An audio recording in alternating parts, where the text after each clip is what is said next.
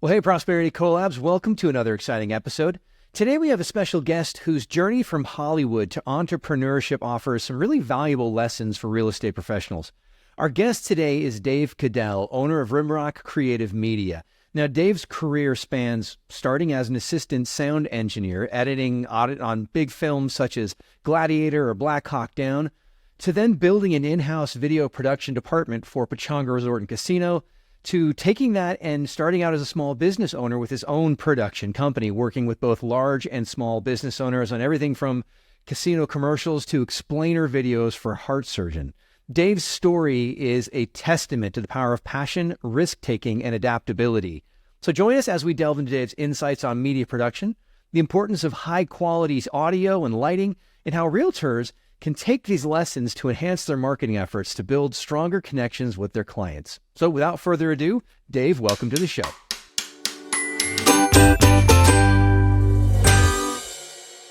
Thanks, Chris. Yeah, great to be here. Yeah. So you, I have to say this, you've been one of those people in my life that has allowed me to do some really fun things that, just came out of left field in some respects. So I've gotten to do voiceover work on literally explainer videos for heart surgeons. That was a lot of fun, and various different things.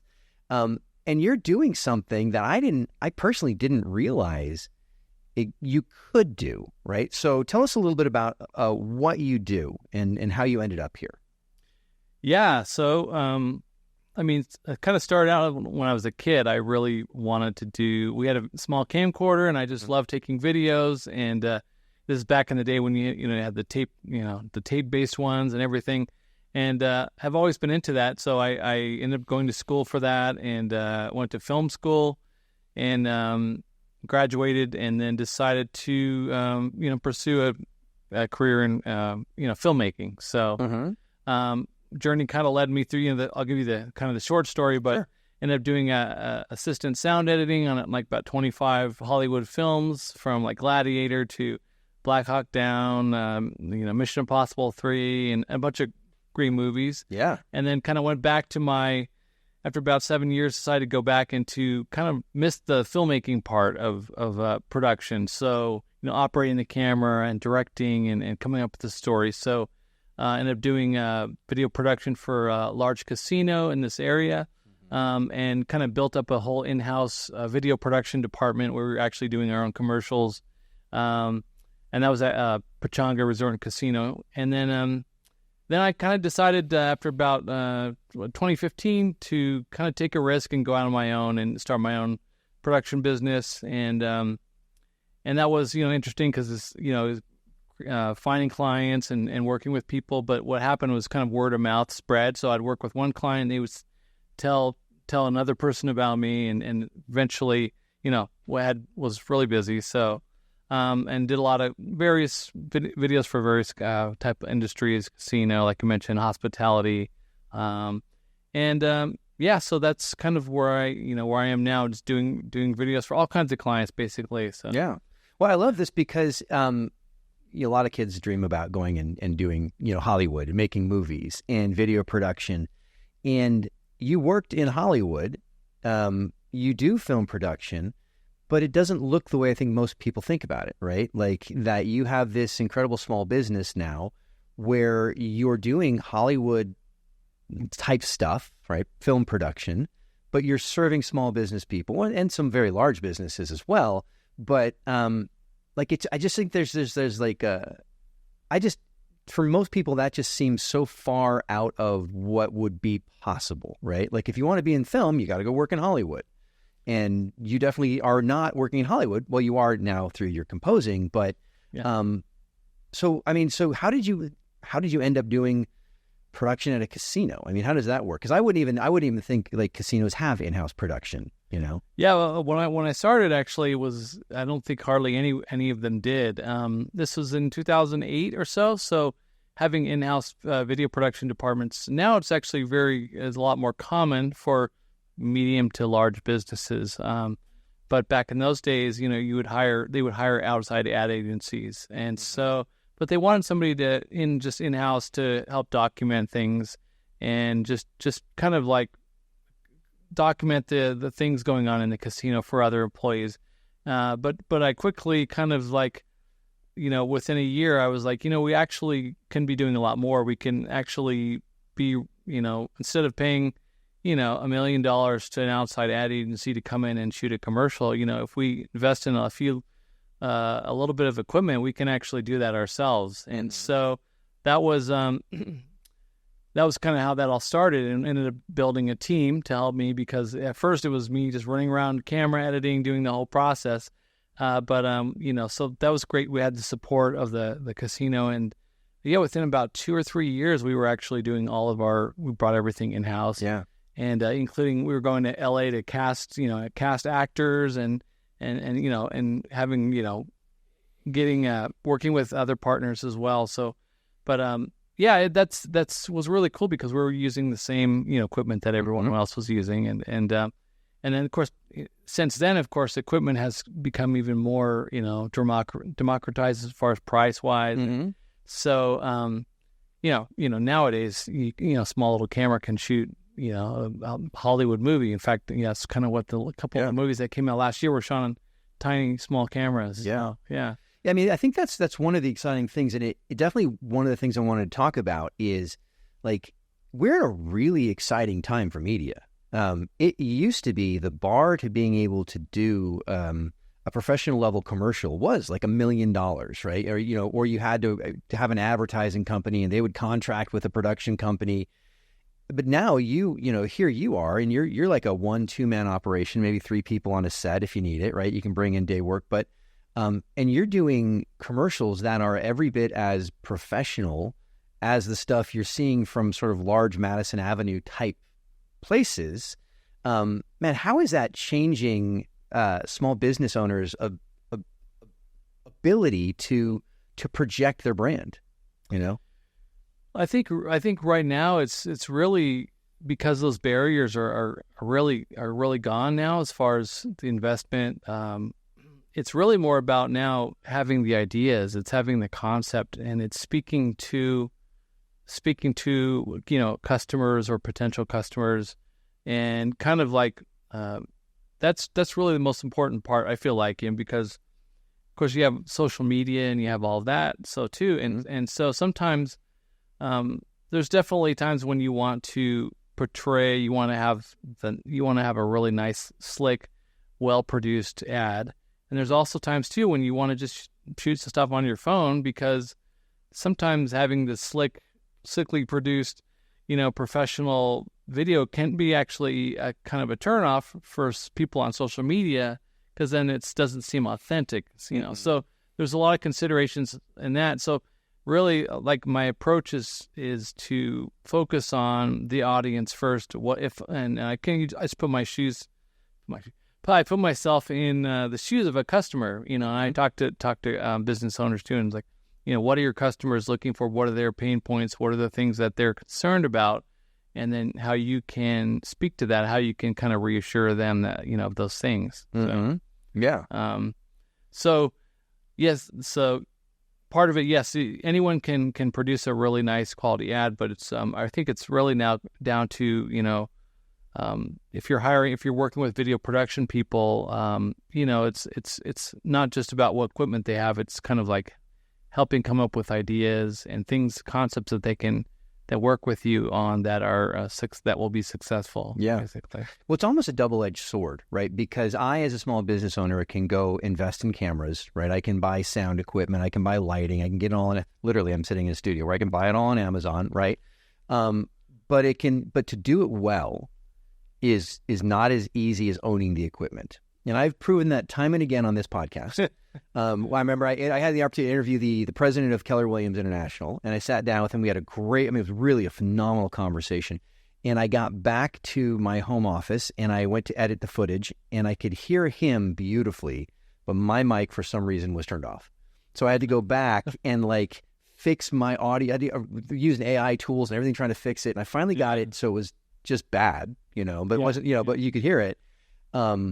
Man, that's a costly experience, right? Yeah, right. And so what are the elements that you've got to get right? If you You mentioned social media advertising. There's got to be an authenticity to it. 100% agree. If we're looking at like production type stuff, what are the things that you watch videos and you cringe, right? Because it was, if they would have just gotten that thing right, it would have been like a home run. But because they didn't, I like to think of a water slide. The water slide could be 99% good, but if you have that one jagged edge at the bottom of the slide, it kind of ruins the experience. You know what I mean? Like, so what do you see as like, you've got to nail this, Yeah. Well, of course, just kind of piggybacking off what you just said, actually, audio is the one thing that I think a lot of people forget about when they shoot a video. And I mean, that's one thing when you go to film school, they really hammer home is that audio is actually more important in a lot of ways than the video, because people will forgive poorly shot video if the audio is good, but they won't forgive a well-shot video with terrible audio. Yeah. So, what's crazy is you'll watch network television and it'll be peaky at times. And you're like, how did this happen? Like, how did they let this? Because audio's hard. It is. I think it's easier to frame a shot than it is to get the audio solid every single time. Yeah. It is. And it's because it's like this, it's a little bit of an invisible thing. So you have to use a different part of your brain, I guess. Mm-hmm. But, it's not always fun, and it's easy. It's exciting to buy a camera or a lens, but buying a good microphone is not something that's very fun, but it's it really pays off. So if you're gonna definitely and luckily that's also a lot easier nowadays because they have new wireless audio systems where they have and I think you see a lot of YouTubers using them. They have the transmitters built into the microphone, and before there was like a little mic, and then you have a little separate transmitter, and you have batteries for everything. But now it's getting much easier. So for people that want to invest in audio gear, it's definitely easier. Yeah, the price has come down a lot on those too. Yeah. And I remember when I first started filming podcast videos type things, I went to look for wireless mic sets. I was like, nope, I guess I'm not doing that. Yeah. And now it's like, it's $100, $200, $300, for decent-ish, for social media purposes. Yeah, I mean, it's crazy. So what now? Yeah. If I'm gonna invest in decent audio, and again, I'm gonna take people through you're doing investing. Then we're gonna talk about why they shouldn't do it themselves. But what am I looking for? What's the price range I should be prepared for? Good question. I think say if you're gonna get like a wireless lavalier and receiver setup, probably would be looking maybe in the $300-$400 range. Mm-hmm. I haven't looked in some of the new products, so I'm not sure exactly the price, but I know like the system that I bought for my camera system, it was like more like $800 for a lav and a wire or a transmitter receiver. Yeah. Well, you're using professional grade stuff, right? Yeah. Right. Yeah. And your background is sound, so that's going to be good on your productions. Yeah. Yeah. Okay. Yeah. Definitely. Okay. So nail the sound. That's critical. Yeah. What else? The other thing is, I think just like some basic stuff. Obviously, use a tripod if you can. And I think a lot of things that you notice too is like the colors are a little bit off in some videos, so people don't spend the time to kind of tweak the color. Okay, so this is another thing that I've screwed up. Color's hard too. Right? And you think, well, it's just normal. I just turn the camera on. But then you get there and you're like, why am I orange? Right? And we don't think about it when we watch films, but they're using color a lot, right? If they're using those warm tones to create tension, they're using the cool tones to make you feel, or they're darkening things for, if someone's trying to figure all that out, I mean, there's art there, right? Yeah. What are your basic rules? Like, I know, and you've come in, I've been on sets with you. You're using neutral lighting. You're using various things. How do you set up to get the best color in post-production? So the most important thing is getting your white balances correct. So just like on a simple level, there's indoor lighting and outdoor lighting, and they both have different color temperatures. So outdoor is very blue and indoor is very orange. So so if you have your camera set on the indoor, the orange color, and you're shooting outdoors, it's going to be extremely blue, and vice versa. So It's just a real. A lot of times there's auto settings on camera, so sometimes if you're really new and you just want to let the camera take care of it, you can do that. But if you know you're going to be shooting, I'm shooting indoors, and I want to set. But you can shoot indoors, but if you have special lights that are daylight balanced, then you would set the camera to daylight. So, Okay. and it's just making sure everything is matching. Right. Because then you'll see a lot of times, or one light doesn't match the other. You know how you walk into a house, and sometimes people have kind of mixture of the two different types of bulbs. They have the daylight, the blue ones, and another light fixture will have the orange one, and it's always kind of Yeah. As a lighting guy, it's always like, at peeve, it's like you gotta pick one, whether you want the daylight or you want the Right. or at least in one room have it. Yeah. But you definitely have to think about that when you're taking the shot, right? Because I think that's where I think, having someone like you working on your commercial, working on your production makes a huge difference. Because me as a small business owner, like, I just want to set up a camera and go, Yeah, right. And whereas you're going to be like, well, hold on. Like I've watched you set sets, and there's a lot of time getting the light right, perfect. Yeah. Because you can only fix so much in post-production. Yeah, and honestly, lighting is probably the most important thing as far as the visuals. You can get by with a much less of a quality of a camera or lens if your lighting is good, and you can also. I mean, I've been on sets with the $100,000 camera and lens setting, and with the lighting that's not good, it's just not going to look good no matter how good that camera is. Yeah, absolutely. So really, what you're filming and the lighting and also the composition is almost more important than the camera. So, so that's just so thinking about that, thinking about if you're filming in a location, how can I stage this the best? What can I do to make this look better? We spend a lot of time, so when we shoot casino commercials, we go into a hotel room. The first thing we do is take all the brochures and all the stuff off we take half of the appliances and everything that's just kind of clutter, and we just make things, simple is always generally better. So yeah. Well, that just resonated with the real estate agents in the room, right? Right. Seeing that going, that's step one in staging. Is I like to affectionately say decrap the house, right? But it's true. You can't see it if you have to see past all this stuff. And so when you're staging a casino, you're saying the same thing. We want to give a really clean, unbusied look so we can have the focus where we want it. Yeah, exactly. Right? Yeah. Okay. Yeah. It's really about focusing people's attention on, and you only have a couple seconds, on each shot. So sometimes you really want to make sure the focus goes. Yeah. There. So, all right. So we've got sound, we've got lighting. What else is you see and you just go, oh, what were they thinking? Sound, lighting, color. Did we say color yet? Yeah, you said color. Good. Color. Yeah. Which kind of goes with lighting. Right. I think those are the main ones from a technical perspective. I think I'm more on a conceptual level is more about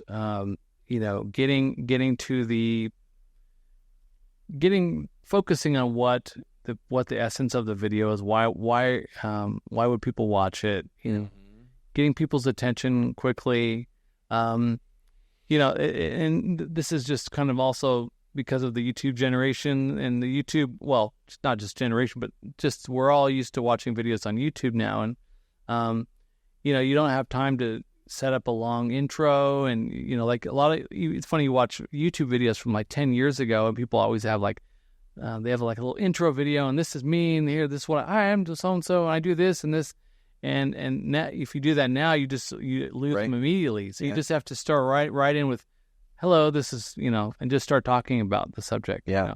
So you really have to grab people quickly. And if I have a YouTube channel also for my music composing, and, when I post a video, I see there's a line that you can see on the back end of what the attention span is, and it just completely drops so fast. Yeah. All right. What's the channel? It's just called David Kudell Music. David Kudell Music. Okay, yeah. So, and I'll have to say, just point blank, having you here in the studio talking about this is an incredibly self-conscious thing. because I'm looking at my setup and I'm like, oh God, looking at my sound. But so I think what you're saying though about content is so true, because as a real estate agent, as a small business owner, I am the brand, right? Yeah. And what am I trying to communicate? I see so many people just putting out stuff, right? TikTok dance videos or all this stuff, and I don't know that they're really thinking about what am I trying to say. They're more just thinking about, I want people to see me. Yeah, right. But when they see you, it's kind of important that they're seeing the story you want them to, right? Yeah, yeah. So what do you say when someone comes to you and they say, hey, we want to start doing YouTube advertising? You kind of got into this a little bit. You're asking about their clients, you're asking about that, but is everyone a fit for YouTube advertising?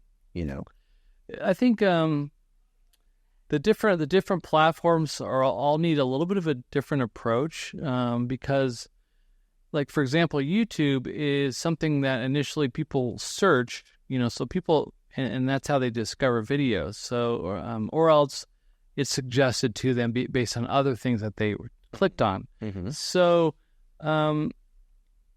it's a little bit that's kind of about building an audience. It's about, as you build subscribers, you get people who want to come back. So it's a little bit different. It's not like that's more of them seeking you out versus some of the other social network video content like Instagram, Facebook, I guess TikTok now is being served up to them by the algorithm. So and so that requires a little bit sometimes of a quicker, it has to be something that kind of pops quicker. Yeah. It's more short form content. People on Instagram, Facebook, they're not going to really watch for more than a minute. So It's a real quick, it's like stories, it's like short little things. Then through that, you can send people to your YouTube page. And then on YouTube, it's more about engaging longer form content, not a minute, but it's longer.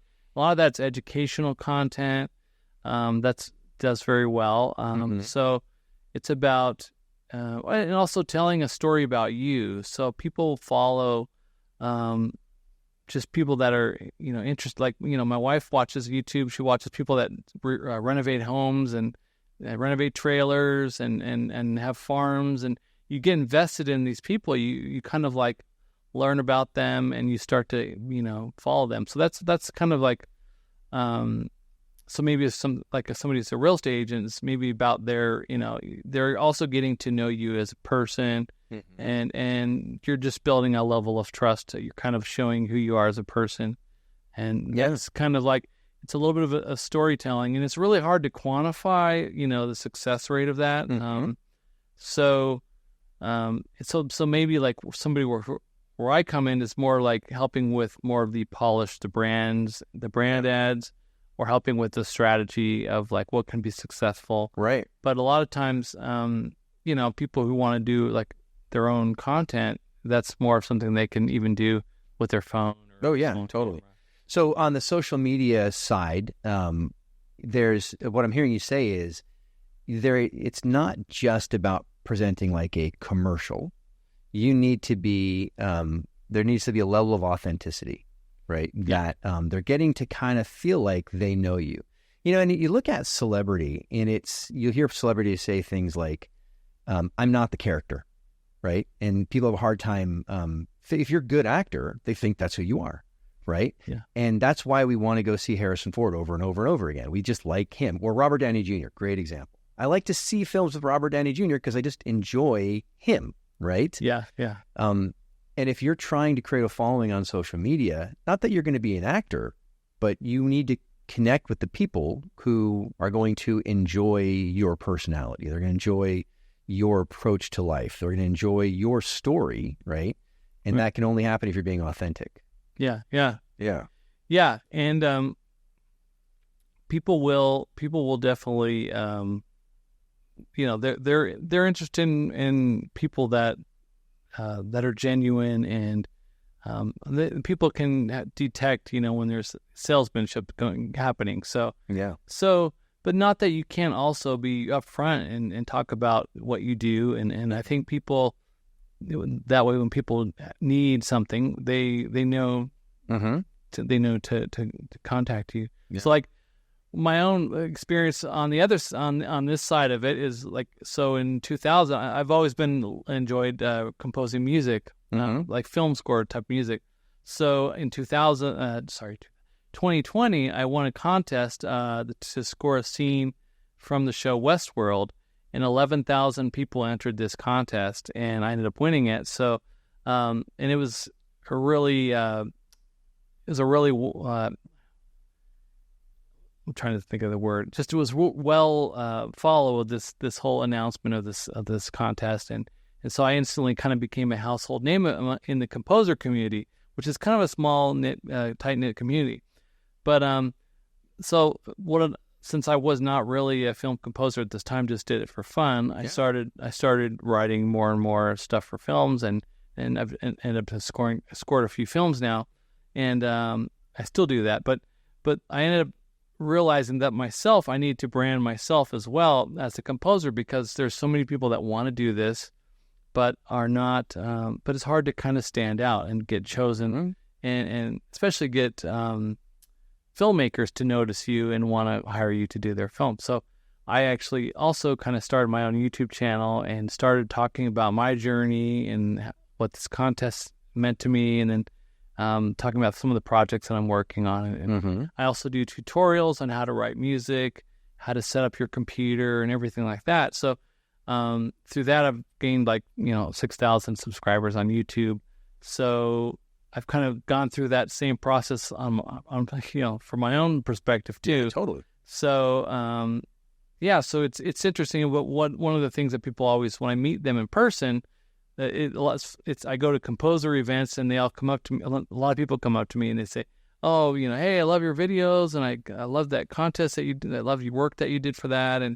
And they feel like they know you already. It's really interesting, and so there's really something to that. It can be very it can help get you opportunities as well. One of the things I believe that in social media marketing, particularly in video, the more that your story can become our story, the more powerful it is, right? And so you had this experience where you won this contest, and it kind of propelled you into a little spotlight here. Yeah. It created some opportunities for it, but it could have died just as easily, right? It could have just been a flash in the pan that was a neat thing, but you went to social media and you started telling our story.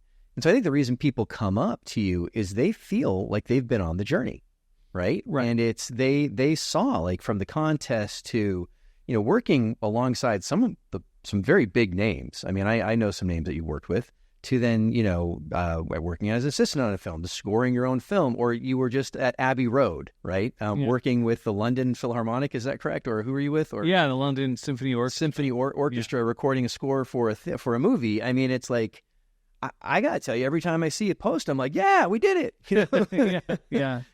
And I think you hit on something there. It's, I don't care what business you're in. If you can, if the people who are in your world feel like your success is their success too, well, then you've really hit on something. And that's a challenge. Yeah. And the great thing about that is that kind of content, doesn't have to be, you can be shot with your phone. It can be, it can be stuff, definitely consider the microphone though, because I think that helps. The audio is important.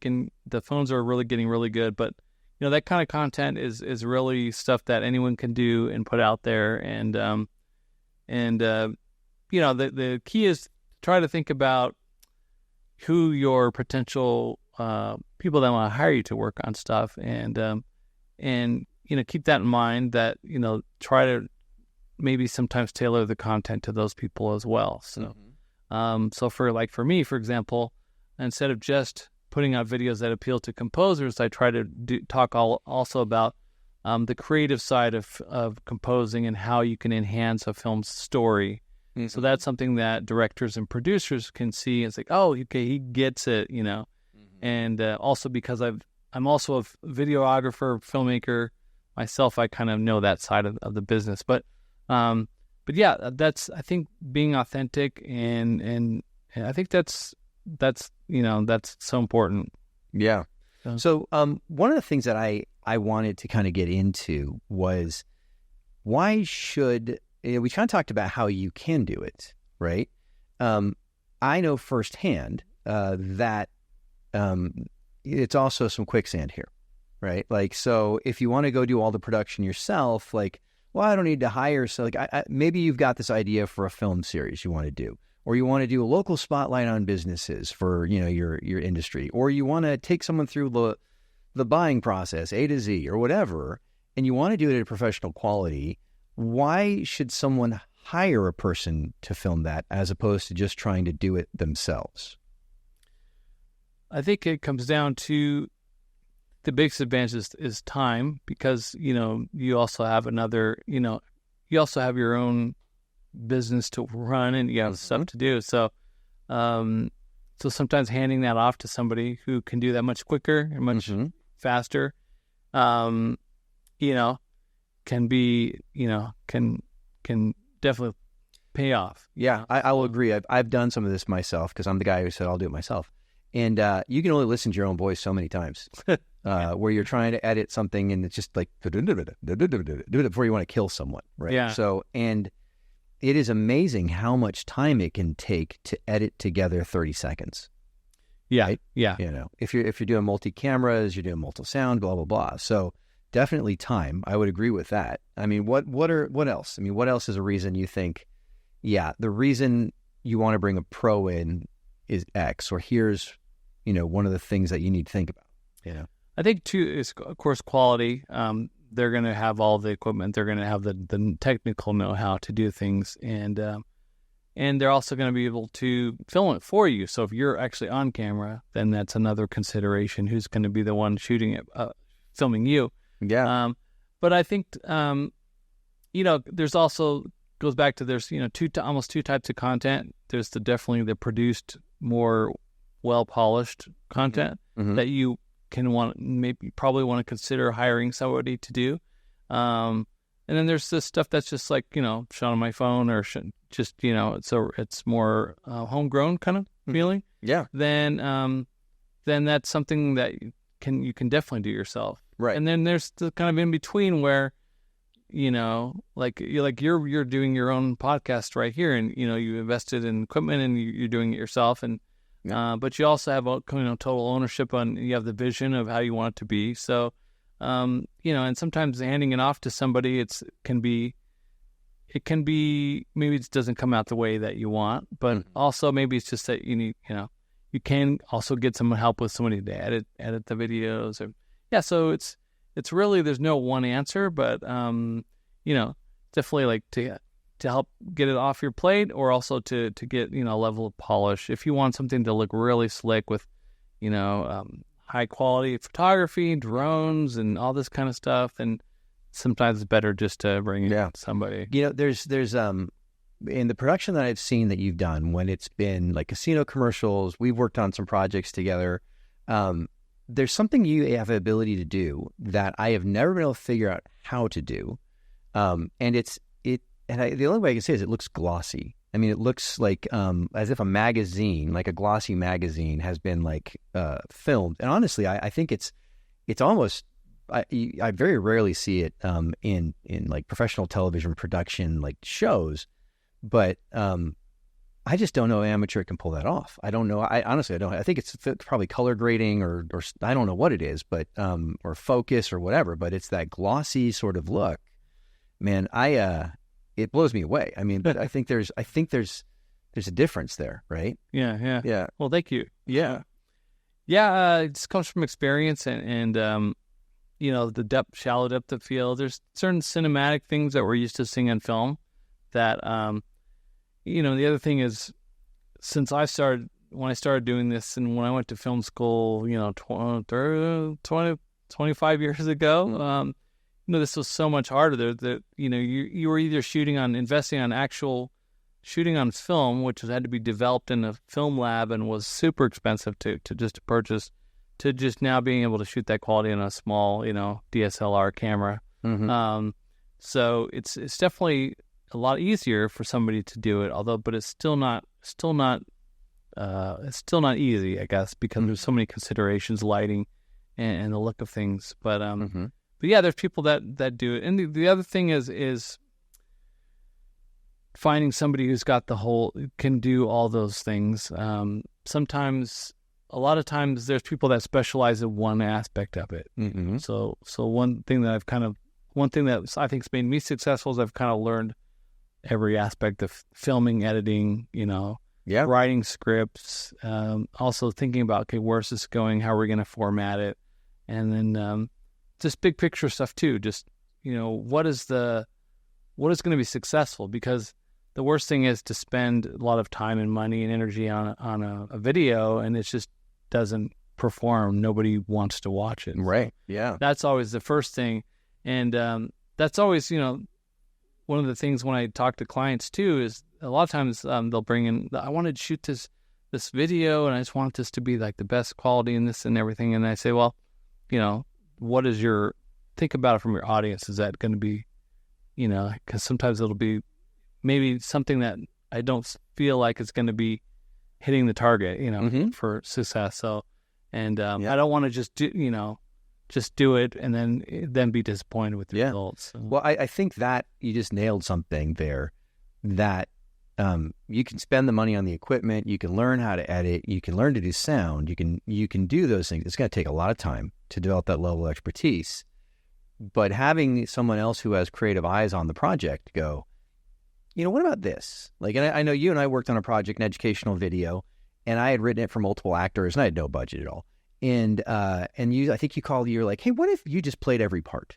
And I was like, what? But it was a way I think it improved it tremendously. It made it a lot funnier. It was more interesting, right? Yeah. And having professional eyes on it, and you also thought the ability to find other people who are not going to suck is also challenging at your budget. I think that was another thing.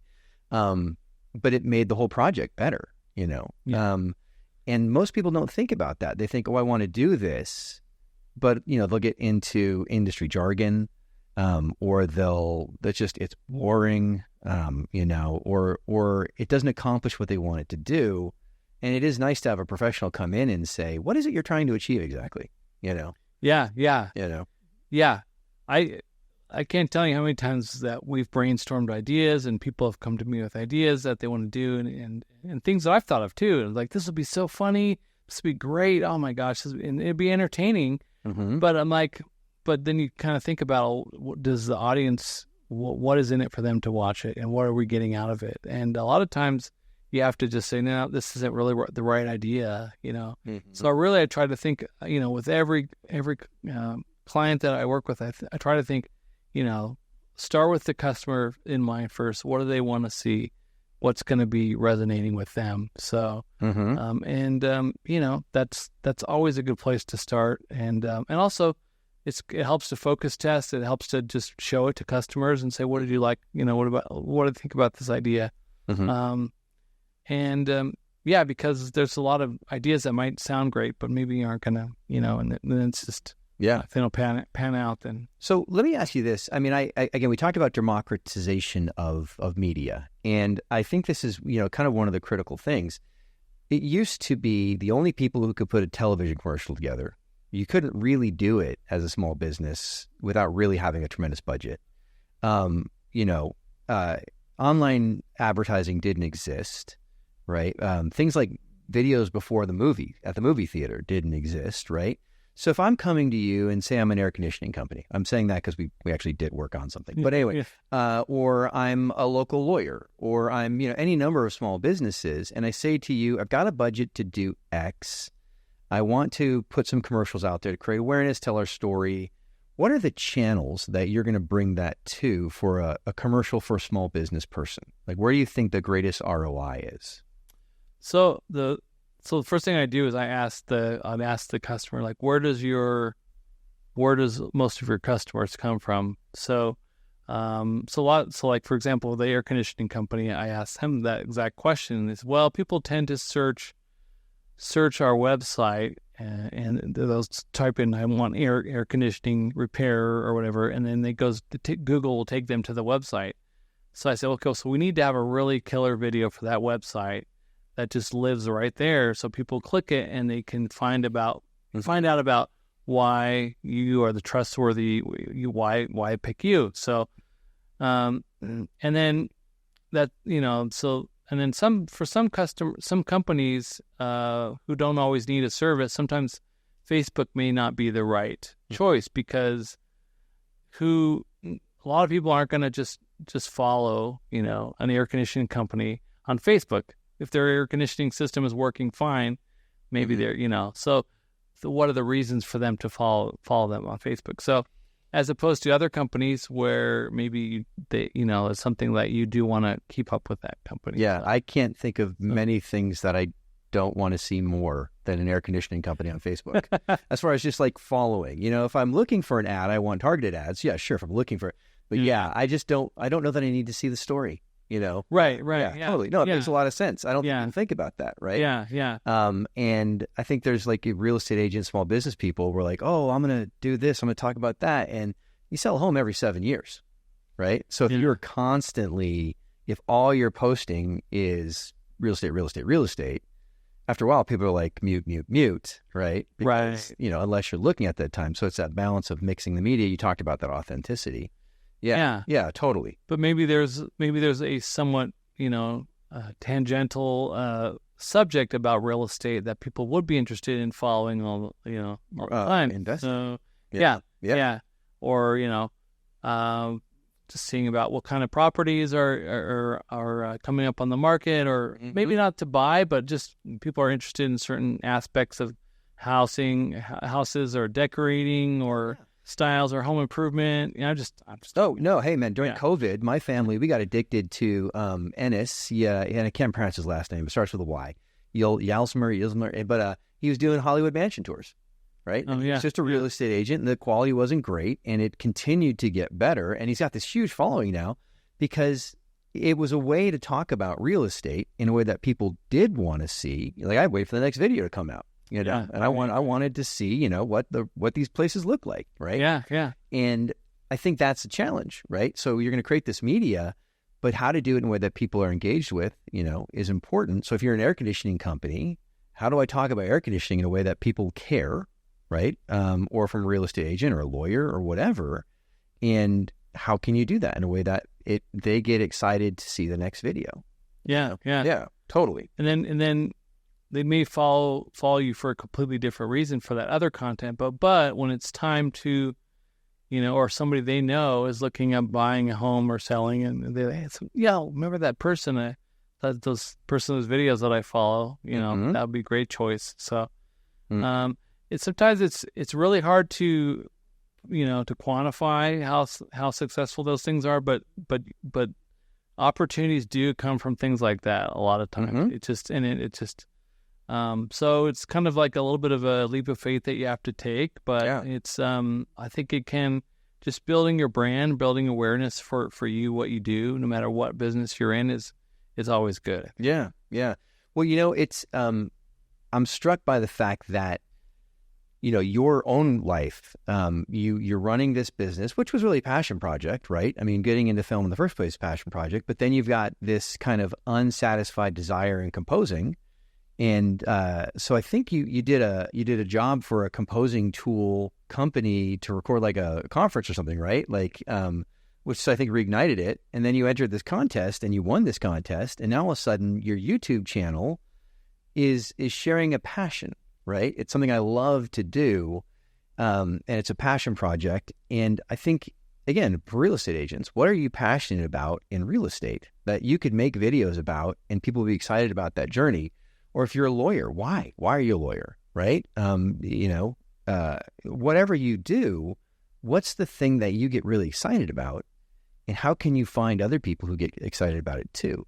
Because I think most small business owners, most entrepreneurs, most real estate agents, they go, well, who do you want to serve? Like everybody. It's not going to work, especially on media. It's who's my tribe, for lack of a better word. I'm not Coca-Cola, right? So who are the people that really are going to resonate with me, and how can I overserve them? Right. And everybody else, we'll get whoever we need to. But, if I focus on my target audience, I'll build out of that. Right. Yeah. I think when you can talk about things that you're passionate about, also it I think it makes it more fun for you to do that as well. So it comes across. So it helps to think about the end goal of what you're trying to achieve, but also, a lot of times if you're, like you said, focusing on things that you're passionate about, that you enjoy talking about, like for me, it's talking about composing and, or it's showing some new tricks that I've learned, writing music. And yeah, it comes across. And I know one of the people other composers that I work with, she also has a very successful YouTube channel, and she actually has definitely gotten films from her YouTube channel. Because I kind of asked her, does it actually, because she's really helping other composers. She's not necessarily getting jobs from directors. Sure. But what she said was directors and producers hire her after watching her channel, because they'll search her and look, and her videos will pop up, and they'll just get to know her and realize, oh, she's really genuine. She knows her stuff. She's very technical. So, we're going to hire her to do this. We like her music. We're going to hire her to do this film. Yeah. So I think that's another thing is, you can't underestimate that. If you are a business person and somebody types, I've heard about this person, let me type in Google. Now you've got videos showing up, showing you talking about stuff you're passionate about. They get to know you, and you just build that instant trust. Versus somebody who doesn't have any videos or any content. Then how do you really know that person to hire them to do, that project? Yeah, absolutely. I mean, I imagine in the world of composing, there's some pretty interesting personalities, right? Oh, yeah. And so to see someone, you go, oh, that's a reasonable person and they're talented. You know what I mean? Or they're they have a very team-oriented attitude. And again, if I'm a real estate agent and I'm doing these educational passion project videos, they live on, YouTube is a resource, it's the new encyclopedia. And it's going to be there. And you're right, people get to know you, right? And they start to trust you, even though they've never met you, right? And that's kind of what you're saying about your friend, the composer, same thing. Directors are watching her going, okay, I could work with that person, right? Yeah, exactly. And that's huge, right? So thinking about who's that audience I want to see me and how am I projecting myself is huge. Yeah, absolutely. Yeah. Well, Dave, I feel like there's been a couple times where I'm like, why should people use a pro? And you're like, but they don't have to. So, I think that comes from you're just a very humble, talented guy. And I really appreciate that about you. I really do. So I guess what would you what's your last thought on this, right? If someone wants to start employing media or not, let's say they don't want to start, let's say they've been doing their YouTube, they've been doing their social media stuff. They've built their business to a point where they want a next level, and their feeling is that's going to be either television spots or it's going to be, targeted marketing of film projects. What do they need to do next? I mean, like, what's the budget they need to set? And what's the next step to going from I'm a self-produced X to now I'm going to bring in somebody like you? What do I need to consider, be aware of to start moving that direction? I think when you get to the point where you want to do something more professional, then that's when you would want to, seek out video professionals. Now, it's hard for me to say exactly how one does that because I have, unfortunately, a lot of my clients, have told me like, I've tried to find other people to do what you do, and there's just I'm sure there are a lot of good people out there, but it's also a lot of like one of my clients says there's a lot of flakes in this business. Dave, I'll be honest, I met you because I think you followed me on Twitter and there was a picture of a guy with a camera and I was like, wow, a guy with a camera. And I'd been working an idea, so I called you. Like, I had no idea people did what you do. Does that make sense? At this level, right? So I totally understand that. Like, how do you find someone? Yeah, I don't know. I mean, yeah, but so find someone. Find somebody, look at their work, look at their website. Okay. Maybe talk to one if they have maybe, for example, talk to if there's a video that they've done and you want to see how was working with them, you could contact that client and see how was it working with so-and-so. Okay. And then I would say, talk about concepts, talk about, start again with what you want to end up with. What is the goal for the video? And then the hard thing with budgets and pricing is it really depends on the concept and what you want, what's involved in the filming, because there's ways to do it more cheaply, and there's ways to do it, just depends on how much time. So, it's really based on, so when I get a request, it's always just how long is it going to take to do it? What size of crew do we need? How much equipment do we need? Because some of the best ideas don't need a lot of equipment. They can be filmed in one day and can be edited in a day. And then there's other things that are, like there's things where we're filming a conference for 3 days, and then we turn around and we film, video. We edit videos about those things. We do a lot of stuff that needs a lot of graphics work, so we'll have to create all those graphics, animations and stuff like that. A lot of first time companies that we work with, they don't have anything like an animated logo, so we'll kind of do that as well. Take their logo and kind of bring it to life, animate it. So it really just depends on the concept. So it's it's coming up with figuring out what it's going to be and then going from there, basically. Okay. So if I'm going to do like a explainer video, let's say, so I'm just one subject, probably talking off a teleprompter, and I want you to put some B-reel in it and maybe some graphics. And let's say it's going to be a series of 5 videos, but it's just really one shot of me, right? What kind of timeline do you think that is? So it's like me talking to the camera for like 5 30-second, spots kind of thing. With like a prompter? Yeah, with a prompter, let's say. But I'm going to need some B-reel thrown into it, and I need there's probably going to be some illustrations for what I'm talking about. Yeah. So probably can be shot in one day. Okay. And then editing-wise, could be a couple of days, I would imagine. Okay. I'm thinking depending on what the animations are, if they're how animated they are, or if they're just stills that are just kind of moving. Yeah. Okay. I don't know. I'm not good at estimating on the spot. I know, and I did. Think about it. I am definitely pushing you for this one. Yeah, no. So, but one day, it's like one day of production, and then probably like 3-4 days of post-production kind of stuff.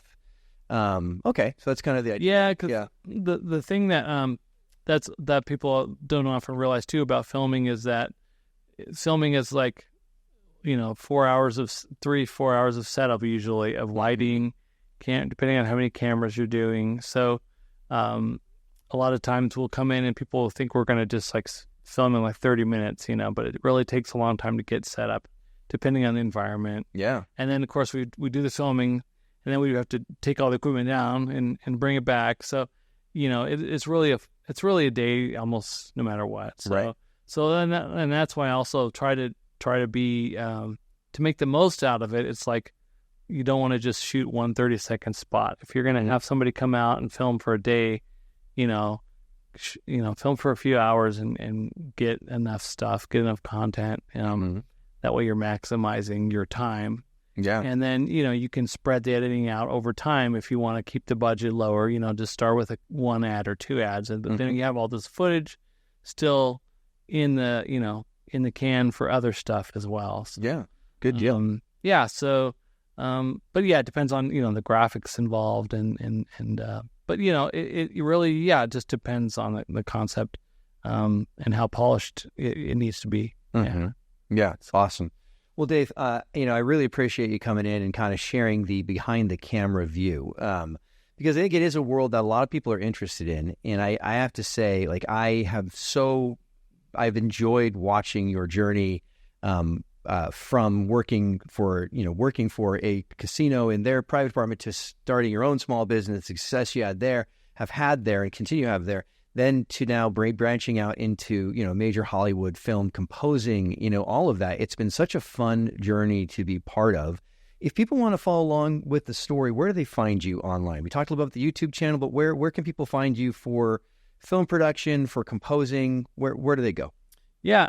So my website is either my name, which is David Kudell, KUDELL.com, or rimrockcreativemedia.com. Kind of a long one, but yeah. And then I'm on Instagram as David Kudell. I'm YouTube, David Kudell Music.